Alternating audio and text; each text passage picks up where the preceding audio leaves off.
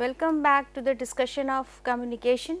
Today I will talk about another aspect of communication, that is directions of communication. So, this direction of communication will talk about in two forms, formal and informal communication, that how communication flows in different directions at two levels, that is formal and informal. If we talk about formal communication, it can be defined as sharing information regarding any organizational activity through a proper channel, that who will issue the decision, policies, and who will communicate the decisions and policies down the hierarchy, right from top to bottom or from bottom to top level. But whenever we are talking about formal communication, it is about through proper channel, through an hierarchy, through a structure, or in a very organized manner. It is dictated by established hierarchical organization of the business, as I mentioned just now, right from top to bottom or bottom to top level. So, decision making can take place at any level of the organization across the hierarchy, but how it will be communicated in a very formalized fashion and in a very structured and organized manner, that is more important. Some examples of formal communication include reports, post descriptions, work commands, information related to sales and inventory. It can be any kind of, these are just simple examples. The decision making can be about any policy making, withdrawing policy or introducing any policy, which sector of or segment of employees will be more benefit and less benefit, any kind of information that has to be shared will go through a proper channel. So, the superior and the subordinate conversation comes under formal communication, as I mentioned, right from top to bottom and bottom to top level.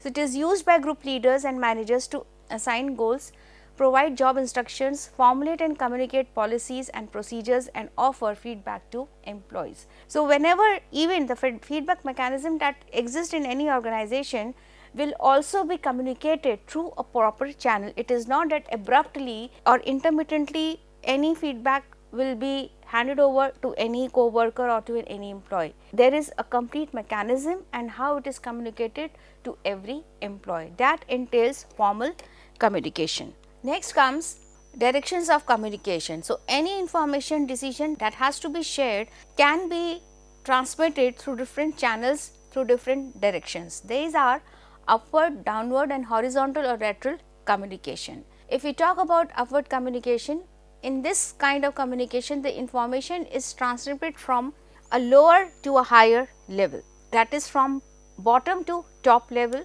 that is from subordinates to superiors. For example, any union leader can represent the interest of the group of employees to the higher authorities. So, this is upward communication. This kind of communication boosts the morale of the employees. Why? Because the employees' expectations, demands, and concerns are being taken care of by the higher authorities, and it is found in democratic work environment where there is free flow of communication and every employee or the leader has complete authority to represent the interest of his or her group members. The other is downward communication. In this kind of communication, the information flows from the higher to the lower level, that is from top to the bottom level, that is from superiors to subordinates, and it is suitably found in an authoritarian work environment where the decision making power most of the time lies in the hands of the highest authority, and they tend to transmit that decision or information from top to the lower bottom. So, the power is in the hand of the topmost authority. And the other is horizontal or lateral communication. This kind of communication takes place among peers of the same or different departments. Horizontal and lateral communication may be within the communication or with different departments, but yes, it is like in the same department itself, at same level people would communicate their information in a very organized manner. So, these are the directions of communication through formal communication, that is upward, downward, and lateral or horizontal communication. So, if we talk about more in addition to it, horizontal and lateral communication, so maybe employees can share some information who are sharing same position, or maybe across the different positions that the employees are holding, and then they are sharing within that same department. So, hierarchy is there in lateral or horizontal communication, but maybe in the same department, right. So, we can say that formal communication occurs by following the prescribed or official or predetermined rules, policies and regulations of the organizations, and it is governed by established chain of command. So, it is about CEO, then it will go to associate director, then it will come to the zonal managers, then regional managers, then assistant managers and entry level managers. This is the chain of command that exists in any organization and how it flows. Now, this chain of command can be from top to bottom and bottom to top level, but yes, the flow of communication is predetermined in nature. Therefore, we can say that communication at formal level has 4 characteristics. The first is the density of communication, the quantity of communication among members. So, what is the quantity of information that has to be flowed or transmitted or shared from one level to another level. So, this is about the density, what is the value, what is the essence of that communication, what is the weightage of that communication or information. The distance between the members, how far the messages must travel through the network to reach the receiver. So, maybe from bottom to top, maybe the union leader will try to transmit the information maybe directly to the regional manager, or other way around, that maybe the regional manager will transfer the information to the union leader. So, how far the message must travel through the network to reach the receiver. So, this kind of characteristics is also being taken care of when any communication is being maintained through formal channel. The path or channels to communicate with others, the ease with which members communicate with each other. So, it is expected that whenever any information has to be shared through formal communication, then there has to be an ease in the whole process, so that the communication may travel or information may travel from one person to another in a very fast and easy manner. And the last characteristics is the centrality of the position of members, to what extent the member is central or peripheral to the group. Members who are central to the position are more committed to the work than those in less central position, because the person who is central has the maximum authority to whom and how and in what quantity the information has to be shared with the other members of the group. So, centrality of the position of the members means that it is expected in the formal hierarchy that the person who has the maximum authority is expected to share all the information with his colleagues and co-workers. There should be no communication gap. So, this becomes a foremost responsibility of any authority not to withhold certain information and at the same time sharing information accordingly. So, these are the 4 characteristics of any formal communication: the density of communication, the distance between the members, the path or channels to communicate with others, and the centrality of the position of members. All right. Next is informal communication. This is very interesting, which I am going to discuss right now, because it has more content in form of communication, that how members tend to interact with each other. At the same time, the information can sometimes be wrong, it is false, and sometimes it offers employees an opportunity to experience sense of belongingness. But yes, the most important part is that when we talk about informal communication, it is unofficial in nature, because the management do not play any significant role or contribution to create informal groups. They are unofficial, they are formed in a very natural manner when people come to interact with each other, and there is no role play of management in establishing informal groups. So, this form of communication is unofficial in nature and is based on the informal social relationships that people establish at workplaces. So, it can be outside the hierarchy, it can be across the departments, it can be within the same department. So, irrespective of the hierarchy or position any member would hold, and they tend to interact with each other. Such communication is the result of the natural desire to communicate with each other freely and frequently, such as grapevine. So, in this kind of informal communication, people tend to approach people across the organization irrespective of the hierarchy, and this informal communication is never restricted, it always expands from one person to another, from one department to another. So, this kind of nature of informal communication is also known as grapevine. If we tend to remember grapevine as a fruit, so it is just expanding, that is how is informal communication. So, what is grapevine when we talk about informal communication? So, it is an informal channel of business communication and is so called because it stretches throughout the organization in all directions irrespective of the authority levels. As I mentioned just now, irrespective of the position of the employee, people tend to interact with each other in informal manner. And how it ignites, how it starts, maybe all the employees will meet at the canteen for lunch, and there people, because of geographical proximity, they sit close to each other and they tend to share information and they form informal groups. So, what are the features of informal communication through grapevine? So, there is no control of the management on such kind of groups, and it is most of the time the information that is shared through this kind of informal communication is considered to be true and reliable. So, people, without verifying that whether the communication is false or true, they will rely on it, because they are more relying on the interpersonal relationship that they maintain with their co-worker than the formal communique issued by the top management. Formal communique means formal way to communicate any information through proper channel. So, even that information has not been transmitted through any formal channel or communique, members will only believe that the information that they have received is true. The information is communicated only to those who an individual trusts. So, for example, maybe one co-worker A will trust co-worker B who is in another department or at another position, and he will directly share that information in a very informal manner with that employee, because he or she is trusting that employee. Definitely that employee will again spread or share that information with the another co-worker to whom he believes. So, that is how grapevine is formed. It largely serves the self interest of the people, tend to share any particular information because it is interesting for a group of people. So, they are more interested to share, they also share their desires with that information so that it should come true. It helps in achieving better human relations. Obviously, in an informal manner, when information is shared which is mostly desirable from the other person, then the person tends to maintain that kind of conformity and proximity with each other. It fulfills the psychological needs of the employees. Here psychological needs pertains to obedience, it pertains to sense of belongingness and warmth. It helps in identifying the issues that create anxiety among members. Now, if it spreads like wildfire among members, then it also leads to anxiety. So, this also tends to identify or filter certain information in a way that information will be curbed and only a positive or relatable information is shared with the other members of the group so as to reduce anxiety. So, therefore, acts as a filter and feedback mechanism.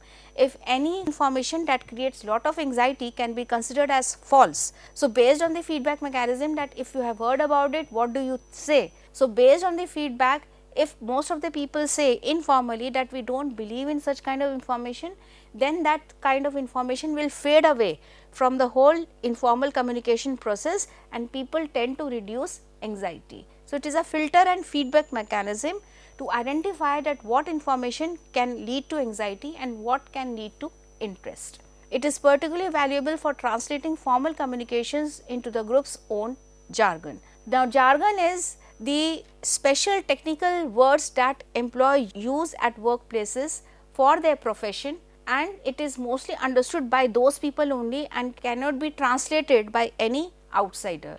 So, jargons are specific words that are used by employees at workplaces regarding their profession. So, it is particularly valuable for translating formal communications into the group's own jargon. Jargon means, as I mentioned, it is there on this slide also. So, they tend to share that informal communication through jargon, so that it should not lead to anxiety, or some people are not allowed to understand those words. So, they will translate that in their own. So, basically it is a code word. So, they will translate that information into code words and then communicate that information in informal fashion. All right. Now, since we are talking about informal communication, we talked about grapevine. It is spreading the wings in different directions. Another form of informal communication that exists in organizations is in form of rumors. It is derived from the Latin word rumorium, meaning noise, and it is defined as a tall tale of explanations of events circulating from person to person, which is not true and is pertaining to an object, event or issue in public concern. No matter the rumor is positive or negative, but if it spreads in the organization, it is very much related to employees. So, rumors are most of the time false, they are not at all true. There is no objectivity and reality checking of the facts that is being spread in the organization, and people tend to weave stories related to one event and how people tend to believe it, because people want to happen it, they will want to believe it. So, rumors are a recurrent form of communication through which people are caught together in an ambiguous situation. So, again coming back to the same discussion that informal communication in form of grapevine can also lead to anxiety. Similarly, rumors can also lead to anxiety when any ambiguous situation is created. People have no idea whether the information is true or false. Most of the time it is false only. So, when any false information is spread among the members of the group or workplace, people tend to believe it, and ultimately some kind of ambiguity is there in the environment. That creates anxiety, and people try to construct meaningful interpretations by pooling their intellectual resources. So, they try to support that rumor to be true by their own understanding of the event, the situation, and they pool that understanding as a whole information to be true. So, this is rumor, but yes, it has its own features. They are baseless and unverifiable. We cannot verify those rumors because there is no source. We cannot identify the source, that from where that rumor has evolved. It is simply that it is in the air and we are just trusting it, believing it. So, these are baseless and unverifiable. They are based on overactive imagination and race like wildfire because the information is interesting and at the same time ambiguous. Suppose this time we tend to hear a rumor that this time Diwali bonus is double the last year's. Now, it is an imagination because employees want to make it happen. So, they will try to create a situation where every member, every employee will tend to believe that imagination, and to make it happen, people will try to create such ambiguous situations where people will tend to believe that yes, it is true that this Diwali we will be getting more bonus than the previous year. So, this is about rumor, that it spreads like wildfire, people tend to believe it, they are more interested because it is related to us only, and at the same time it is very ambiguous, it is very confusing. Rumors consist of inaccurate messages and are taken as a fact that it must be true because everyone knows it. Now, it has spread like wildfire, everybody knows it. So, everybody at their individual level, they will interpret that if he knows, then it must be true. If he knows, it must be true. Now, with this kind of thought process, when everybody is depending that he knows and it must be true, then it becomes a fact. Although, in very objective reality, the point is that it is not true. This is how rumors spread, and these are the features.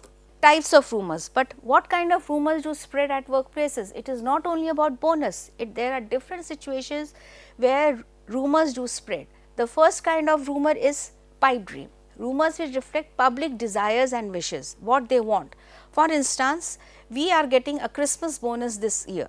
No idea from how this rumor has evolved, but because it is every employee's desire to happen, so people will tend to believe it and they will share it with every other co-worker. So, this rumor reflect people's desires and wishes, and for outcomes are known as pipe dreams. It is outcomes means that they want it to happen, and that is why people are believing it. So, these are pipe dreams. The other is bogey rumors. These are based on people's fears and anxieties, and they are very ambiguous. For example, that this year the organization is going to lay off 25 staff members. Now, so much of ambiguity can be there in this kind of rumor because nobody knows who those 25 members are in the organization who will be fired off.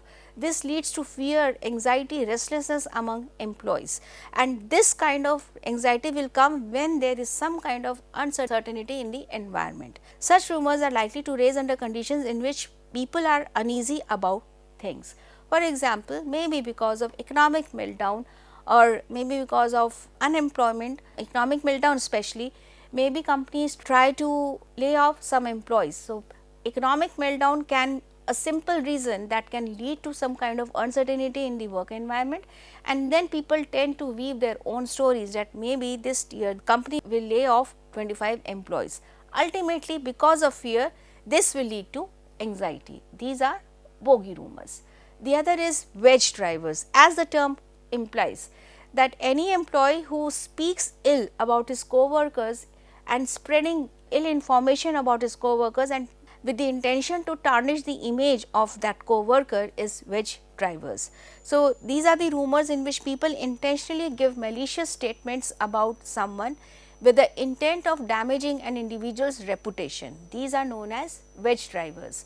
So, wage drivers are also a form of verbal attack. It is not only using abusive language, it is also a kind of passive verbal attack when we speak ill about our co-workers with other co-workers, and ultimately the image gets tarnished, because most of the time then people tend to think that it is true. And the last is home stretchers.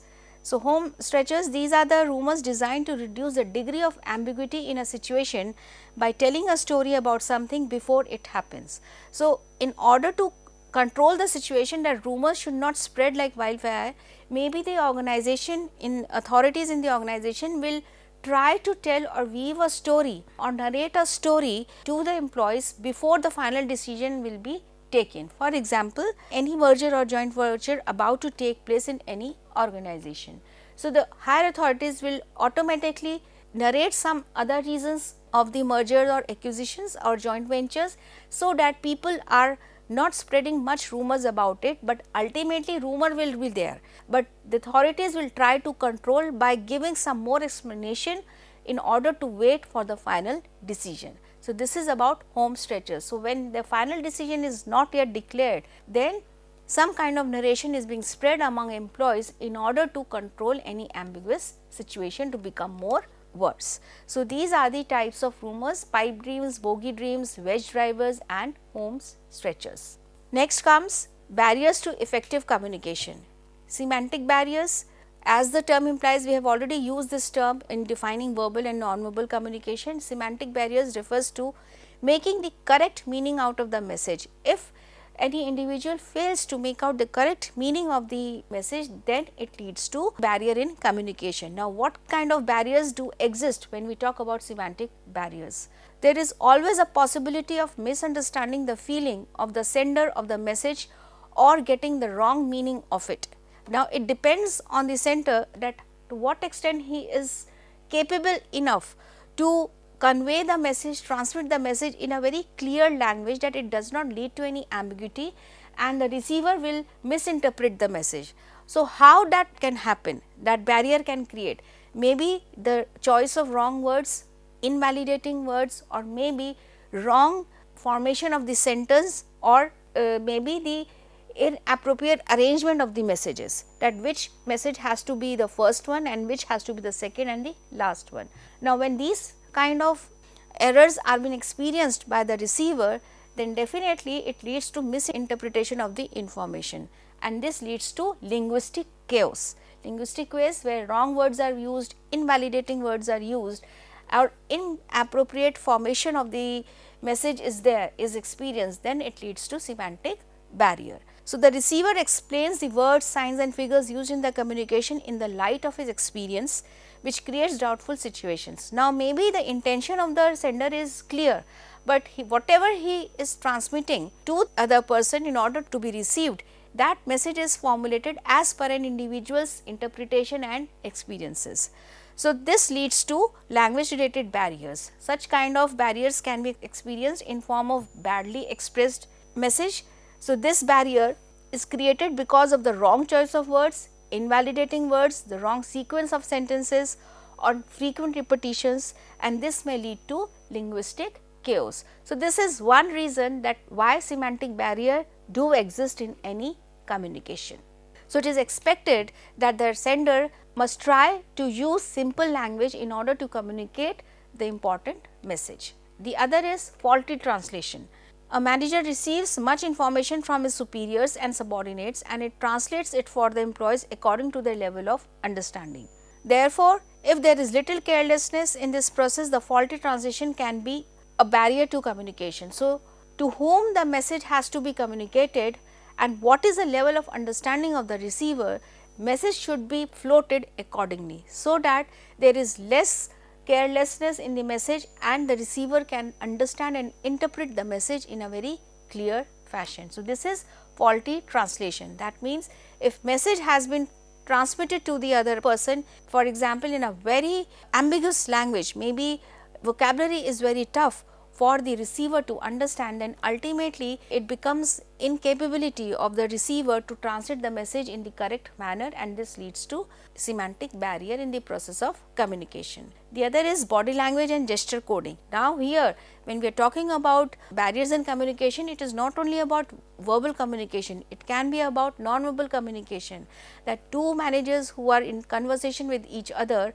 and the other person, that is the receiver, nods his head in a very ambiguous manner, which does not mean yes or no, then actually there is no point to be sure that whether the receiver has interpreted the message correctly or not. So, when non-verbal communication creates misunderstanding and hinders the proper understanding of the message. For example, moving one's neck to reply to a question does not indicate appropriately whether the meaning is yes or no.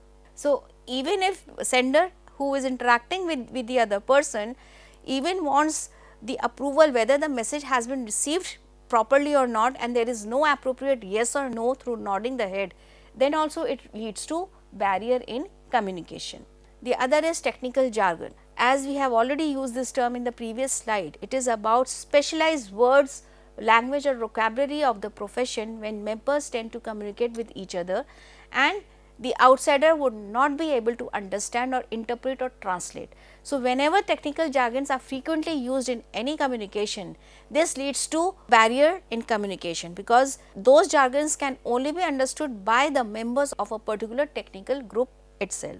So, the communication is not so simple to be understood by everyone, hence technical language can be a barrier to communication. So, it is particularly valuable by translating formal communication into group's own jargon. So, if communication is within the group itself, then it is fine. If it is outside that group, then it becomes a problem. Okay. These are some examples of business jargons. What kind of vocabulary or coding employees use with their group members? For example, bang for the buck, a term that means to get the most for your money. Due diligence, putting effort into research before making a business decision.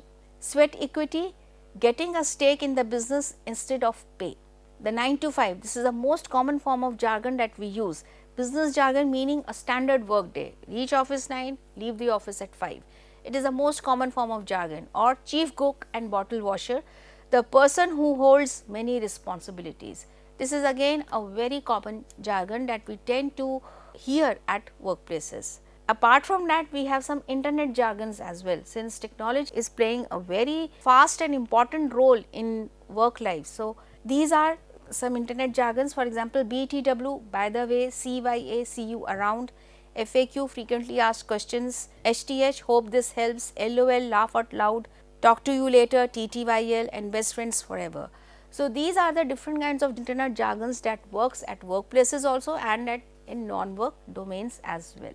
Alright, these were the semantic barriers. The other is psychological barriers. The following are the emotional barriers to communication. So, whenever we receive any communication, it has some psychological impact on the other person, that is the receiver, and then how he interprets.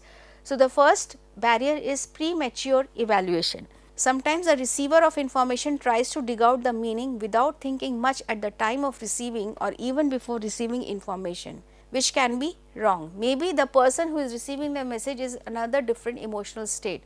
So, whenever he is receiving the message, so based on his emotional state, he will be interpreting the message in a very different terms. His understanding will be completely altered because of his another emotional state.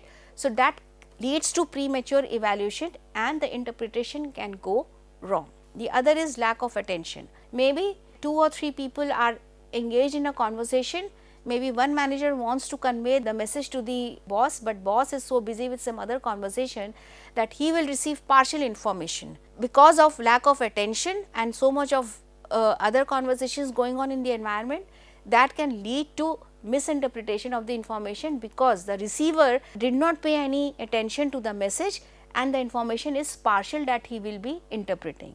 So, this is about lack of attention. So, whenever the receiver is preoccupied with some important work and fail to listen the message attentively, then in such a situation the boss may ignore what the subordinate says and thus there arises a psychological hurdle in the communication, because information has been received partially because of other work environmental factors, and ultimately the interpretation can go wrong. Alright, loss of transmission and poor retention. When a person receives a message after it has passed through many people, generally it loses its genuinity or essence. So, this is called loss by transmission. This usually happens in the case of oral communication. So, whenever we are communicating with the other person just orally, there is no formal communication, then maybe the information from the center is complete, but yes, the receiver, because of lack of attention or loss of transmission, the person will just receive only partial information from the center, and that can again create a psychological barrier. This is loss of by transmission or poor retention. And the other is distrust. The sender and the receiver must trust each other for successful communication. If there is lack of trust between them, then definitely and deliberately the receiver can misinterpret the information to create more confusion and problem for the sender. Therefore, under kind of circumstances, the communication becomes meaningless and futile. Organizational barriers, that is, some major organizational hindrances in the way of communication are the following: complexity in organizational structure. If the structure is very complex, maybe there are different designations in the hierarchy, maybe from top to bottom or bottom to top, then the communication process becomes very complex and confused. Under such circumstances, this leads to communication barrier. For example, when a lower level employee has to send a particular message to a superior at the top level, maybe there will be some kind of fear in his mind whether his message will be received properly or not, or maybe the message would be perceived as faulty. That discourages him to communicate properly because of that complexity in the hierarchy or the structure, and thus delays the decision making process. Now, under that fear, maybe the subordinate will also hide certain information and maybe just convey partial information to the higher authority. This is because of complexity in the organizational structure. Thus, the more managerial levels in the organization, the more ineffective the communication becomes.